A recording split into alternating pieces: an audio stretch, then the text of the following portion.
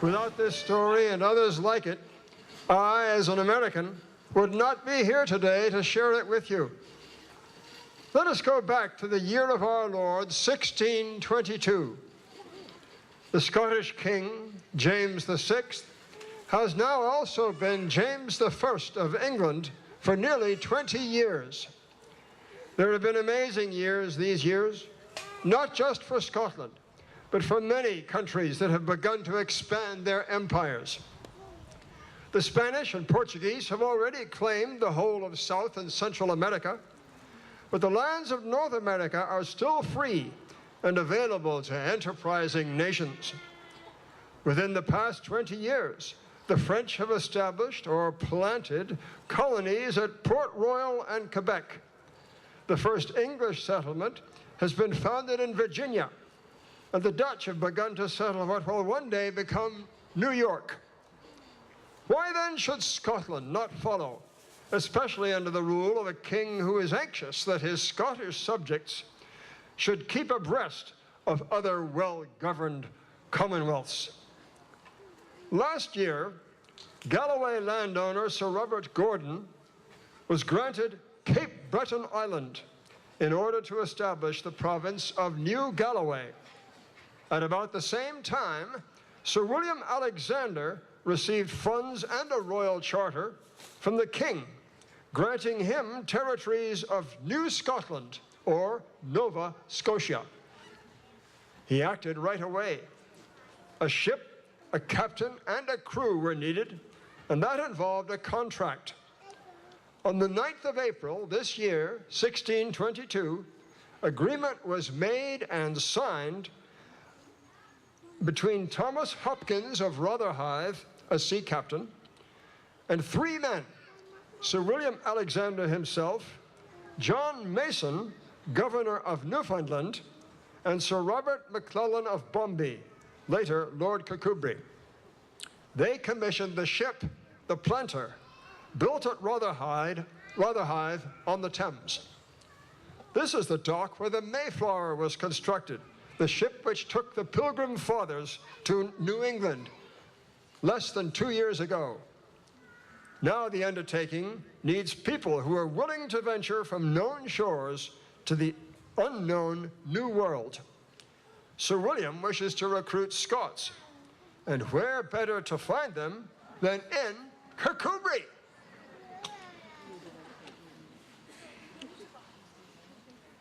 He can expect there the support of McClellan of Bombay and Robert Gordon. And the port's location makes it an obvious point of departure for the Americas. So now, at the end of May 1622, the Planter docks here, ready to find volunteers. Now, here comes the recruiting officer and his sergeant. Let's listen to them as they go about their task. Aye! Good people of Kirkcudbright, and anybody else, wherever you come from, lend an ear. My recruiting officer has something of great importance to tell you. Listen up, or I'll come among you and make you listen up. Today at the harbour there lies a grand new ship, the Planter, lately built and scaling 170 tons. Any man should be proud to sail in such a craft, so large, so well built and equipped, and with such a fine and experienced master and crew. Mayflower, a ship just like the Planter, sailed westwards from England to found a colony in the Americas. 100 souls made the decision to start afresh in a new and exciting country. In less than 10 weeks, they had crossed the ocean safely, and the men, women, and children were starting a new life on their own land, free from grasping landlords and petty, interfering neighbours. Now it's time for the Scots to show their smeddum. Who doesn't want to be his own master? Which of you farmers would not like the chance to own your own land, to grow your own crops and make your fortune in a new country? Which artisan or craftsman would not be happy to find new markets and new challenges? Which of you parents would not want to give your children a life of such possibility? We need able-bodied, strong, willing, hard-working men who are prepared to come for a new life. Are you cowards who won't take the chance? Or will you come with us, sail with us to the new world? Now, the recruiting officer and his sergeant may well be in luck. For here comes a group of soldiers, Scots mercenaries, who have found employment fighting for the Protestant cause in the conflict that will come to be known as the 30 Years' War. Come on, lads. Let's wait in the alehouse. Oh, here we go. Let's up here. Come on, boys. It's time we had a drink of ale. Looking for work makes me just as thirsty as fighting. Did I tell you I tried to get a job on Taurus Farm yesterday? No. I said I'd do anything. Work in the fields, look after the animals, even clean out the stables. Well, they said they didn't need anyone. Oh, it's a poor sort of place it is these days. When I think of some of the farms we saw in Bohemia with good crops and healthy stock, not to mention the healthy farmers' wives and daughters. Oh, the daughters! It's a sad-looking landscape we've come back to after our time fighting for yon foreign king, Frederick. Aye. Maybe his Scottish wife could have found us jobs on their farms. Can you imagine it? Please, Mistress Queen, we come from your father's country, Scotland. Have you got any work for us? Oh, small chance of that. No, I reckon Bohemia's finished. Aye. Bohemia? You say Bohemia? Is that where yon war's going on? Aye. Were you soldiers fighting there? They tell me make lots of money fighting for these foreigners. Aye, when you're on the winning side.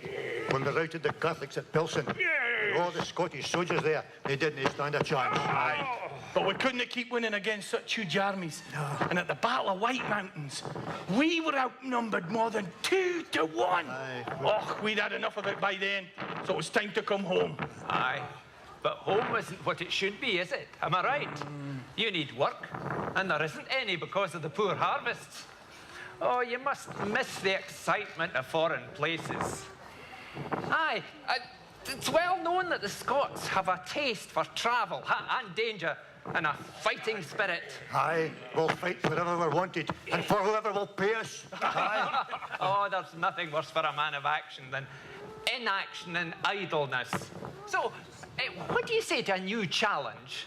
What about joining my ship and going to a land where you could make money for yourselves and use your skills and your strength? Scotland needs men like you for the colony across the ocean in Nova Scotia in the Americas. Well, I've heard about Nova Scotia.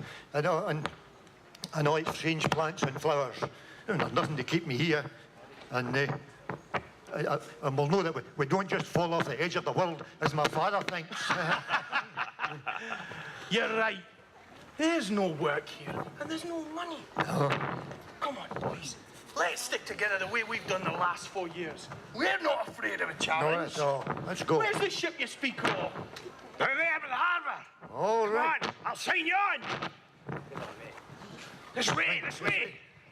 On here, is it? This is where we're going. Now, recruiting is thirsty work. So we'll just let our recruiting officer go off to the alehouse over here. No such luck for the sergeant. No, you'll wait. Now, once they've signed up, There you go. the soldiers begin to think of the journey ahead. No sensible man would set out on such a venture without making preparations. The soldiers, of course, think first of the tools of their trade. Now, we may have new battles to fight. We'd best make sure our weapons are in good trim. Let's go to the smithy. Aye, but first, I'd better go and tell my father I'm leaving again. He's getting old, and he'll not be pleased. I'll meet you at the alehouse later. Make sure that you do, and don't let him talk you out of going. Don't worry, I'll be there. Right, Sergeant. What about this skip? I see you have swords in need of repair. Are you back from the wars or going again? We're back from Bohemia. Now that we see no hope for his king and his Scottish queen, but we're about to face a different enemy. How so? Don't tell me the English are attacking us again.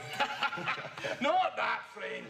No, we're about to battle the waves and then face the unknown in a new land. We're off to Nova Scotia. And who'll sharpen your swords for you there if ever you reach it? You may well plant them on some strange demon. Men are men wherever you go. I know of no demons. Put away such childish ideas and think of the future. You say there's no work here. You ask who will sharpen our swords in Nova Scotia. Don't you see? You've answered your own question. Leave this sad place and come with us. Oh, I don't know about that. Sounds risky to me. Some people say that no ship has ever returned from across the ocean. That's a tinker's tale, told to frighten children. When we landed at Leith, the whole port was astir with news of the Mayflower. A ship just like that one in the harbour that had crossed to America 2 years ago and has sailed safely back to take its home port near London. Its master spoke of no demons. Take courage, man. There'll be ploughs to mend, horses to shoe, plenty of work. Maybe you're right. Why should I not go? No one round here seems to need me, except for you. And I could keep those swords of yours sharp and shining, whatever they have to face. Tell me, where can I find out more about this ship? Down there at the harbour wall. The recruiting sergeant will be happy to see you. Now, we're off to get some warm clothes for the voyage ahead. Aye. It's no secret that the cold of the sea gets into your bones. You're on for the ship.